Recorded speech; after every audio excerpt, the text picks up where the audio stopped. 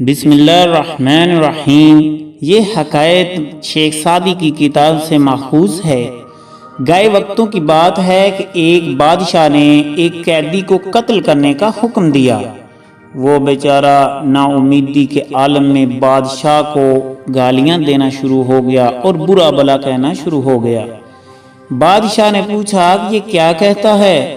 اس کے نیک خصلت وزیر نے کہا کہ عالم پناہ یہ شخص کہتا ہے کہ بادشاہ ان لوگوں میں سے ہیں جو غصے کو پی جاتے ہیں اور مخلوق خدا کی خطاؤں سے درگزر کرتے ہیں۔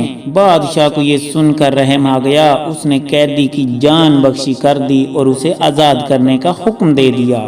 اسی اثناء میں ایک دوسرے بدنیت وزیر نے کہا کہ ہمارے سب کے لیے مناسب نہیں کہ بارگاہ سلطانی میں سچ نہ بولیں۔ بادشاہ سلامت، حقیقت یہ ہے کہ اس شخص نے آپ کو برا بھلا کہا اور گالیاں بھی دی ہیں۔ پہلے تو بادشاہ چونکا اور پھر اس کی بات سن کر غصے میں آ گیا اور کہا کہ پہلے وزیر نے جو کچھ کہا اس کا محرک بھلائی کا جذبہ تھا، اور جو کچھ تم نے کہا ہے اس کی بنیاد خبث باطن اور بدی پر ہے۔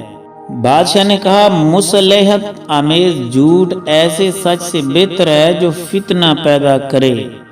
تو دوستو، اس حکایت سے ہمیں یہ درس حیات ملتا ہے کہ ایسی سچی بات جس سے فتنہ پیدا ہونے کا خدشہ ہو اس کا نہ کرنا ہی بہتر ہے۔